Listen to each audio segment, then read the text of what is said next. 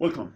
So in this video, we will be talking about virtualization. What is Kali Linux? And हम एक ही host computer के अंदर होते हुए हम multiple operating system at the same time कैसे चला सकते हैं। वर्चुअलाइजेशन ये होती है कि हम लोग एक अपने ही होस्ट कंप्यूटर से होस्ट कंप्यूटर क्या होता है जो अपने कंप्यूटर होता है या जैसे ये मैं रिकॉर्डिंग कर रहा हूँ या जैसे आप जो वीडियो को देख रहे हैं तो अपने होस्ट कंप्यूटर के अंदर multiple operating system at the same time run करना इस टेक्नोलॉजी को कहते हैं वर्चुअलाइजेशन।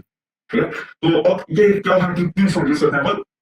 अब अभी जब हम इस चीज को लेके चलेंगे, जब हम hacking and penetration testing social engineering ये सब चीजें जब हम कर रहे होंगे तो उसमें हमें एक एक तो अटैकिंग मशीन होगी जो हम अटैक करेंगे एंड देन एक होगी विक्टिम मशीन। ठीक है, अब विक्टिम जाहिर सी बात है, हम आगे जाकर बंदे को किसी को विक्टिम नहीं बना सकते ना, तो वो हमें एक अलग से अपनी खुद से ही एक विक्टिम मशीन बनानी पड़ेगी जिसपे हम अटैक कर सकें। ठीक है, या जिसपे जो अटैक है वो हम रेप्लिकेट कर सकें ताकि हम वो चीज अच्छी तरह से समझ लें। ठीक है, जब तक हम प्रैक्टिकल नहीं करेंगे इस चीज को तब तक जो मेन चीज है वो हमारे दिमाग के अंदर नहीं बैठेगी। सो अच्छा, एक और इसकी ये चीज भी होती है कि ये जो होस्ट कंप्यूटर है आपका उससे बिल्कुल आइसोलेटेड होता है। सो लेट्स से अगर आप वर्चुअल मशीन को काफी ज्यादा उसको हैकिंग अटैक आप इसमें करते हो, ठीक है, तो उससे होस्ट कंप्यूटर पर कोई भी फर्क नहीं पड़ेगा।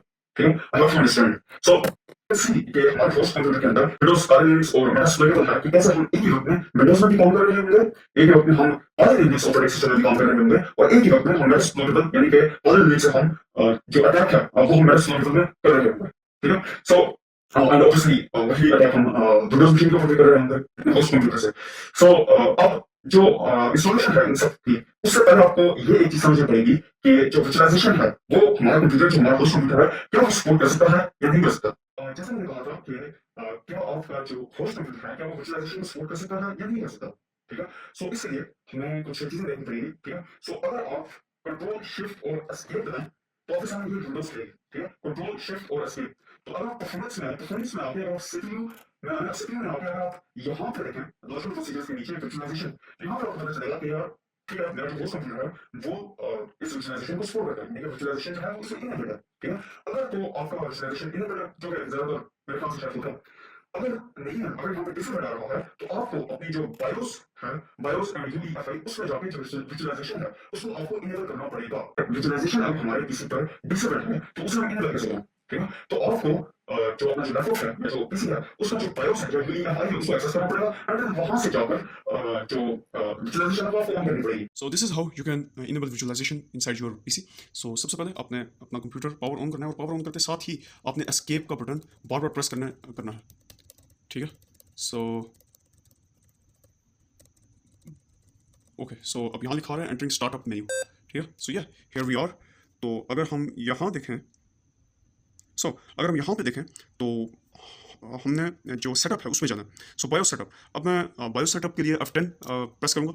सो जो ही हमने F10 प्रेस की तो एडवांस पे मैं कैसे गया, मैंने ये दो कीज़ हैं इनको मैंने प्रेस किया तो इससे मैं नेविगेट कर सकता हूँ एडवांस मेन और उसकी रूटीन। एडवांस में जाके यहाँ सिस्टम ऑप्शंस में आना है, आपने इसको एंटर कर देना। ठीक है, एंड जो ही इसको आप एंटर करेंगे देयर यू कैन सी ये वर्चुअलाइजेशन टेक्नोलॉजी जो है आपको मिल जाएगी। तो अगर आपकी डिसेबल्ड है तो आप इसे यहाँ पर कर्सर पे क्लिक करके यहाँ पे आप अगर आपकी ये इनेबल्ड आपकी अगर डिसेबल्ड है तो आप इसे यहाँ ऐसे करके इनेबल कर सकते हैं।